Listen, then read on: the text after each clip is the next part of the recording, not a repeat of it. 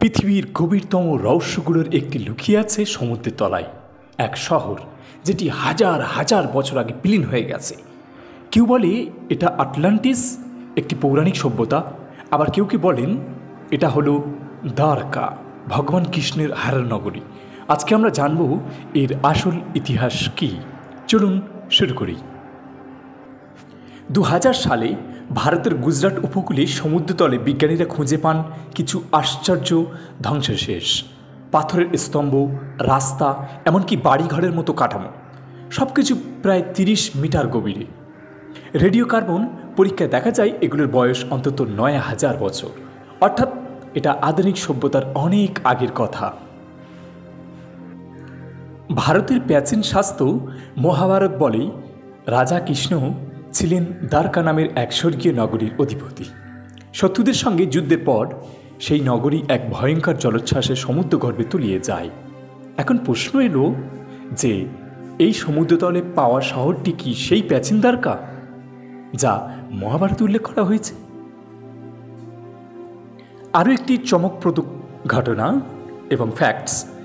পাশ্চাত্য পুরাণেও আছে এক গল্প, অর্থাৎ পশ্চিমা বিশ্বের এক পুরাণে একটি গল্প আছে, একটি অত্যাধুনিক শহর আটলান্টিস যার নাম, যা অহংকারের কারণে সমুদ্রগর্ভে হারিয়ে যায়। গ্রিক দার্শনিক প্লুটো এই কাহিনী লিখেছিলেন প্রায় আজ থেকে 2000 বছর আগে। আশ্চর্যের বিষয় এটি যে এই দুই কাহিনীর মিল অবিশ্বাস্যভাবে এক।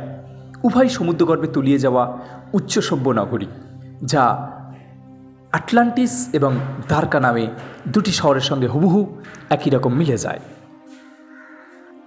অন্য একটি গবেষণায় এটি আসে যে 1983 থেকে 1990 সালে ভারতের জাতীয় সমুদ্রবিদ্যা ইনস্টিটিউট NIO এর সামুদ্রিক প্রত্নতত্ত্ব ইউনিট দ্বারকা এবং বেট দ্বারকায় পানির নিচে খনন কাজ করছিল। SRO এর মতেই সমুদ্র ও সমুদ্র উপকূলীয় খনন থেকে প্রাপ্ত প্রত্নতান্ত্রিক প্রমাণ প্রায় 1500 খ্রিস্টপূর্বাব্দে কয়েকটি উপগ্রহ শহর সহ একটি নগর রাজ্যের অস্তিত্ব নিশ্চিত করে। তিনি এই সিদ্ধান্তে পৌঁছান এবং যুক্তিসঙ্গতভাবে বলেন যে এটি হতে পারে মহাভারতে বর্ণিত সেই দ্বারকার বিবরণ।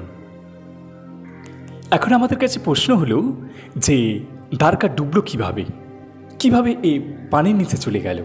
দেখি এই বিষয়ে মহাভারত কি বলছে।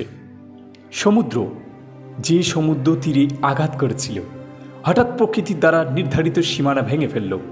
সমুদ্র ছুটে এসে শহরে ঢুকে পড়ল। সুন্দর শহরের রাস্তা দিয়ে বয়ে গেল। সমুদ্র শহরের সব কিছু ঢেকে ফেলল। আমি দেখলাম সুন্দর ভবনগুলো একে একে ডুবে যাচ্ছে। কয়েক মুহূর্তের মধ্যে সব কিছু শেষ হয়ে গেল। সমুদ্র এখন হ্রদের মতো শান্ত হয়ে গেছে। শহরের কোনো চিহ্নই ছিল না। দ্বারকা ছিল কেবল একটি নাম, কেবল একটি স্মৃতি। এটি উল্লেখ আছে মহাভারতের। আমাদের পৃথিবীর পরিধি প্রায় 40,000 কিমি। এইরকম বিভিন্ন স্থানে বিভিন্ন রহস্যময় জায়গা আছে, যেগুলো বিজ্ঞানীরা ক্রমাগত আস্তে আস্তে আবিষ্কারের পথে এগিয়ে চলেছে। দিনের পর দিন আবিষ্কার হচ্ছে মাটির নিচে থাকা এমন কিছু জিনিস যা সভ্যতার নকশাকে বদলে দেয়, সভ্যতার ডিজাইনকে বদলে দেয়, সভ্যতার পটভূমিকে বদলে দেয় এবং মানুষকে ভাবতে বাধ্য করে যে আমরা কোথা থেকে কোথায় এসেছি, আমাদের পূর্বের ইতিহাস কেমন ছিল, তার পূর্বের ইতিহাস কেমন ছিল, তখনকার মানুষের খাওয়া দাওয়া, পোশাক, আচরণ, ব্যবহার, কর্মজীবন সব কিছু কেমন ছিল, সেগুলি মাটির নিচ দিয়ে বিভিন্ন প্রত্নতান্ত্রিক বস্তুসমূহ সংগ্রহ করে আমরা সেগুলো নির্ধারণ করতে পারি। এখন বিজ্ঞানী আধুনিক হয়েছেন। বিজ্ঞানীর টেকনোলজি, প্রযুক্তিবিদ্যা অনেক আধুনিক হওয়ার ফলে রেডিও কার্বনের দ্বারা বয়স নির্ধারণ এবং সব কিছু আমরা যুক্তিসঙ্গতভাবে মেনে নিতে সক্ষম হয়েছি।